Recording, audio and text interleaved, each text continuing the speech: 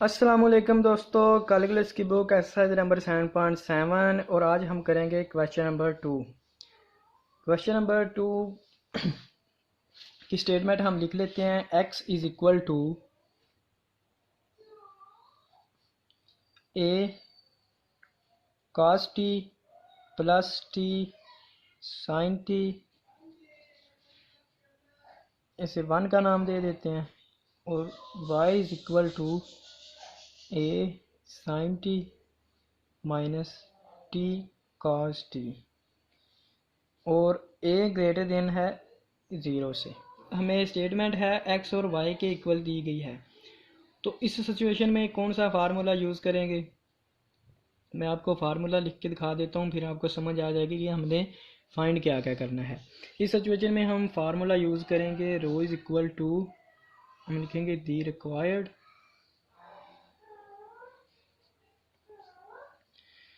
Radius of curvature is rho is equal to dx over dt इसका square,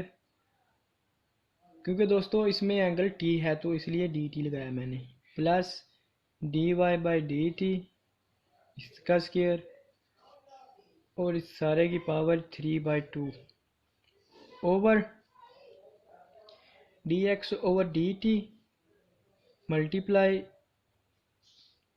और dy over dt का second derivative minus dy by dt का first derivative और dx over dt का second derivative, इसे भी माड में लिखना है। ये फार्मूला दोस्तों यूज़ होगा इसमें, तो आपको समझ आ गई होगी। हमें dx ओवर dt का फर्स्ट डेरिवेटिव और सेकंड डेरिवेटिव फाइंड करना है, तो हमारा ये क्वेश्चन सॉल्व हो जाएगा। सो हम फाइंड करते हैं dx ओवर dt। हम करेंगे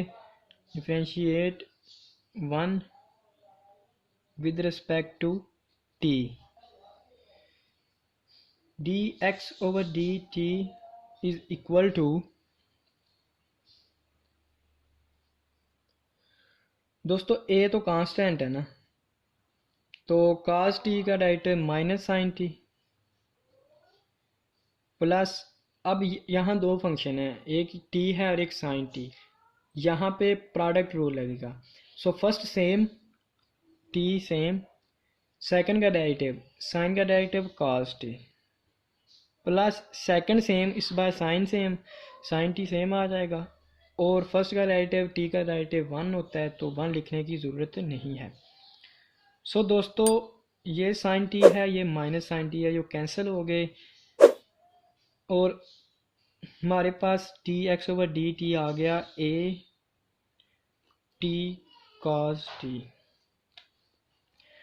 अब हम अगेन डेरिवेटिव लेंगे इज इक्वल टू, अब इसका डेरिवेटिव लें तो a कांस्टेंट है, इस पे फिर प्रोडक्ट रूल लगेगा। फर्स्ट सेम और सेकंड का डेरिवेटिव cos है minus sine t plus second same और फर्स्ट का डेरिवेटिव t का 1 नहीं होता है, आप जानते हैं। सो ये इक्वल आ जाएगा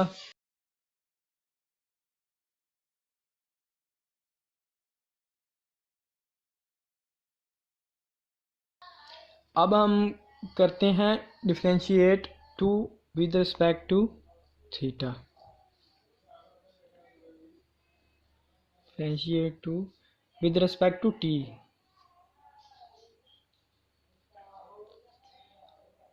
dy ओवर dt ये हमारे पास आ जाएगा, a कांस्टेंट है, साइन का derivative cos t minus t same minus sine t plus cos t, और ये इक्वल होगा dy by dt a cos t minus minus plus t sine t, ये और ये माइनस इससे मल्टीप्लाई होगा तो माइनस हो जाएगा, माइनस cos t, ये cos t और माइनस cos t कैंसिल हो गए, तो dy बाई dt हमारे पास आया a t sine t,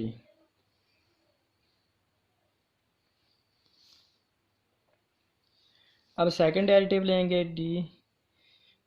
Y by d t का second derivative a same t cos t plus sine t, ये आ गया सेकंड डेरिवेटिव।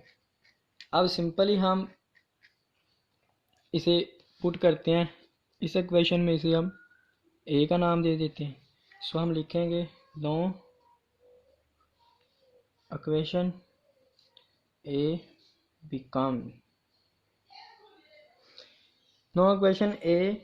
बिकम्स इक्वेशन ए क्या बन जाएगी, इसमें पुट करनी है हमने सारी वैल्यूज़ बारी बारी। Rho is equal to d x over d t हमारे पास क्या है, ये है, इसका स्केयर हमने लिखना है, तो a square t square cos square t plus d y by d t का स्केयर, तो ये a square t square sine square t, तो इसकी power 3/2।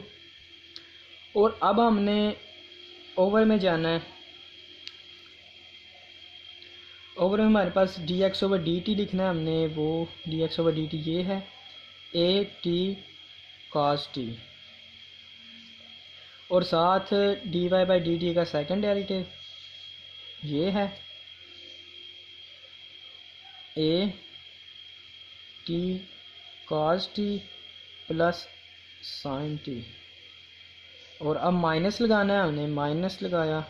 D y by d t वो ये है, ये ए टी साइन टी, और अब लिखना है D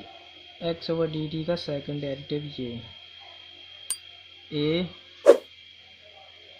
cos t minus t sine t. अब दोस्तों ये देखें, ये ए स्केयर है, ये टी स्केयर है, ये इन दोनों में से हमने कॉमन ले लिया है और अंदर cos square t plus sine square t ली, और इन दोनों को हमने मल्टीप्लाई किया है, माइनस इन दोनों को मल्टीप्लाई किया है, तो हमारे पास ये चीज़ बन गई है। अब इसमें से ये कैंसिल हो गया इससे, क्योंकि ये प्लस का ये माइनस का है, दोनों सेम, तो रो इज इक्वल टू ये cos square t plus sine square T, ये 1 के इक्वल हैं, तो लिखने की ज़रूरत नहीं है, ए स्केयर टी स्केयर की पावर 3/2 आ जाएगी, और नीचे हमारे पास यहाँ देखें ए स्केयर टी स्केयर, और यहाँ भी ए स्केयर टी स्केयर कॉमन है, तो हम कॉमन ले लेते हैं, ए स्केयर टी स्केयर, अंदर हमारे पास cos square t plus sine square t रह जाएगा, और आगे इनका स्केयर इसके ओवर से कैंसिल हो गया, तो यहाँ ए की 3 और टी की 3 पावर आ गई, और इधर ये 1 हो गया, यहाँ ए स्केयर यहाँ टी स्केयर रह गया, तो इनकी पावर कैंसिल हो गई, तो ए टी हमारा आंसर है।